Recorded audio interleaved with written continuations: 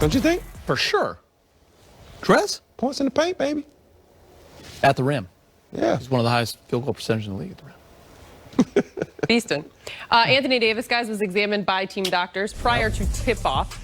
He is progressing in his recovery and has been cleared to enter the next phase of his return-to-play process. He will be re-evaluated by team doctors in 2 weeks, and an update will be given at that time.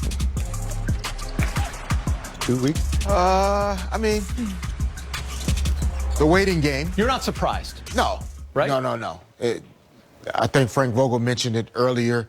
You have to continue to be cautious in this situation, so not surprised. I think it still sets up for him to be back on the court at the right time, still have 5 or 6 weeks to finish out the regular season and be at his best going into the postseason, fresh and healthy.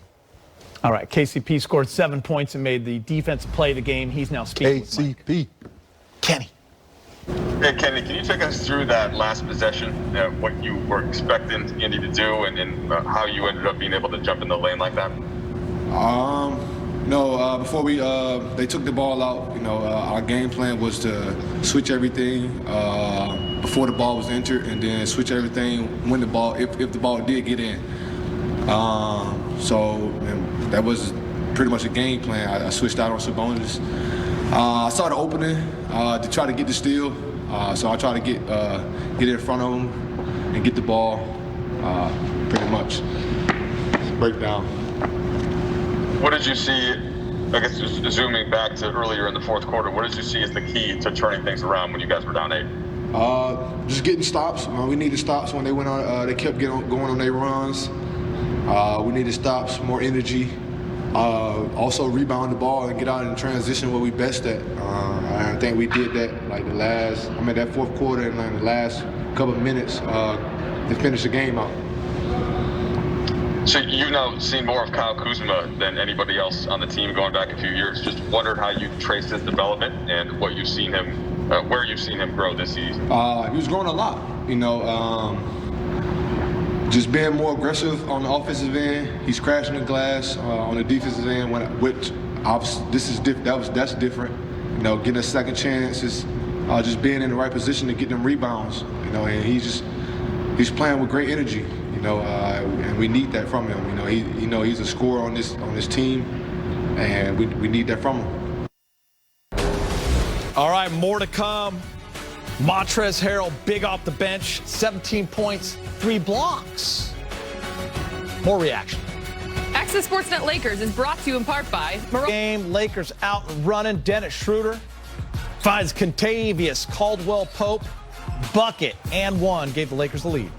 KCP streaking down that sideline, boy, because he know he's going to get it points in the paint. Didn't you call for that? You said you wanted him to get out and run one on the wing and get a bucket. Yeah, that's the thing about KCP. Show. Every time he sees the ball go through the net, he usually knocks down a couple threes. He didn't get a chance to tonight, but, it's okay.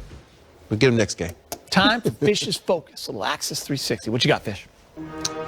Hold on. I was focused on KCP rolling up on that Carl's Jr. drive-through line real quick, trying to catch him before it closed. He got through there so fast. That's exactly what he came out of nowhere, didn't he? No, man. Focused on big car. LeBron James in pick and roll.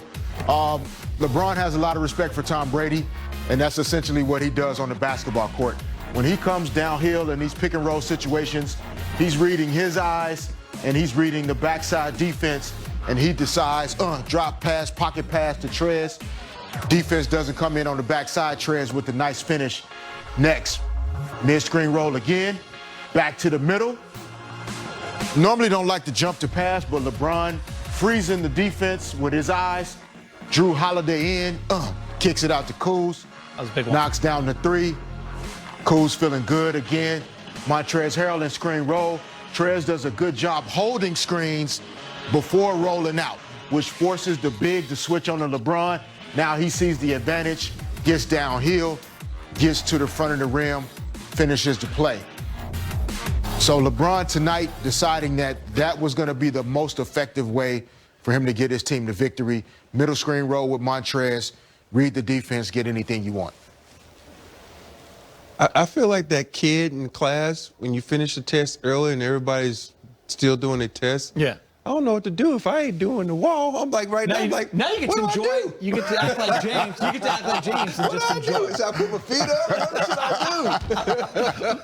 do? No, I like the love it, role. man. Everyone's got different roles. Exactly. You know, that's Great breakdown right there. By the way, it was just once I learned that the Lakers weren't the Indiana Pacer jerseys, I was fine watching this game. It took me a couple minutes. All right, Inside the Numbers, presented by Lexus. Rob, you can always kick your feet up. You know that. 105 to 100, that's the one that counts. Points in the paint, 54 to 50. The bench was on fire for the Lakers as well. And the Lakers get to the free throw line 39 times. They make 30. They shoot 45%, and they win the game. More to come on Access. We're going to hear from LeBron James. 18 points, 10 assists, 7 of 11 from the free throw line. Lakers get the dub. Kind of flip the lead around. What were the things you were seeing on both ends of the court? Well, we're getting stops and we're taking care of the ball. You know, I think those are the two biggest things. You know, their pressure disrupted us some a little bit in the first half. We talked about it the last 2 days. We talked about how in previous games like this, you know, sometimes it's a little disruptive in the first quarter, but we figured it out and we settled into getting used to their pressure. And I thought we did that as the game went along, and that was indicative of that stretch right there. I think in the fourth, Kuz was huge for us, 15 points. You know, made some defensive plays. Trez made some plays. And Talent, Diaz, Braun, you know, everybody contributed in that fourth quarter. But we held them to 21 points, and we took care of the basketball in the fourth. And Frank, that action that you were seeing with LeBron and Harold's screen roll, and then it seemed like Kuz on the weak side. What was that something that was scripted, or just LeBron noticing something and kind of going back to the well as it was working? Yeah, I mean, it's just you just pick and roll action. You know, Braun and Trez are in that action often, and he's got targets spotted up on the weak side. You know, the strong side corner, weak side if they overhelp. He reads the help, and you know, obviously Trez is a dynamic finisher, Braun's a dynamic attacker and playmaker, and he made some great reads during that stretch. Let's go to Kyle Goom. Hey, Frank, it looked like you know, you were trying to maybe limit LeBron's minutes a little bit using the rotations, and then he kind of checks back in the fourth quarter, and you guys immediately go on that run. Does that feel, you know, comforting, validating? Sort of, are you sort of expecting that LeBron to have that kind of pep just right after the All-Star break? It's actually something we've done, you know, coming into the break, the final few games. We wanted to use rotation where instead of coming out at 6 and playing that normal rotation, with Anthony out, with Mark out, you know, maybe it makes sense to just look at extending his third quarter, you know, playing him down toward the end of that, and then, you know, giving him the first couple minutes of the fourth off, you know, and then bringing him in about the 9-minute mark to close the rest of the way. You know, it's something we looked at. We liked it going into the break. Decided we're going to stick with it and see how it looks tonight. And he was able to come back in fresh and help us close the game out.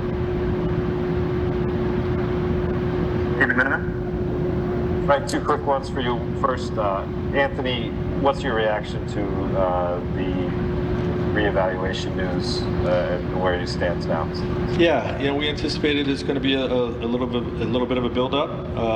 You know, once we get back, so you know, we'll be patient. We'll continue to compete and win games, and we'll all be very excited when we finally get it back. And secondly, obviously, it's been such a year for Kuzma in terms of showing other parts of his game. We've talked about the defense, the steals, deflections, the offensive rebounding. What can it take for him to be able to do both, like he did tonight, to score and do all those other things? Yeah, I mean, that's what we need from Kuz. You know, we need that type of performance and proficiency on both ends. You know, on a consistent basis. You know, he's capable. You know, he's shown that he can really help us. He helped us win a championship last year. So, you know, he's one of our most important players, and you know, it's my job to make sure we're putting him in the right position to succeed. His role doesn't change if he starts or if he comes off the bench, and you know, he's going to impact both sides of the ball. Allie Clifton. Hi, Allie. Since you guys had a lot of fun talking about the fun part of the game to start the show, the offensive side, I'll talk about the necessary end, the defensive side of the ball. Thank you. 42%, 22% from deep. You guys talked about the individual adjustments made on guys like Malcolm Brogdon. You look at score by quarters. It got better for the Lake Show. I think it's worth noting, without a guy like Anthony Davis, LeBron James spent time with reporters yesterday saying, not sugarcoating anything. We've talked about the struggles on the offensive side of the ball, but what has saved this team this season is that they're the #1 defensive rated team. And you continue to see that. I think tonight, especially without Alex Caruso, you're already without Anthony Davis, a little bit nonchalant, as you talked about to start the game. They found a way to get it done, and they did it on the defensive end of the floor. No matter how it needed to be done, whether it was a steal right there, whether it was going through stretches where Miles Turner was on the bench attacking on the offensive end but continuing to defend. It's where this team hangs their hat, and they stay true to it through and through. Allie, I think it's interesting because we hear a lot about last year's team and they had length. It's a different defensive team than this year. I asked the guys in the pregame show when we first came on the air, how do you defend without AD and Marc Gasol? And they said you can't make up for what AD does on the floor, but you have to have active hands. You got to help each other, play team defense. You look at the stats every single night. Here they are again, 10 steals, 5 blocks. So they're finding a way to get it done.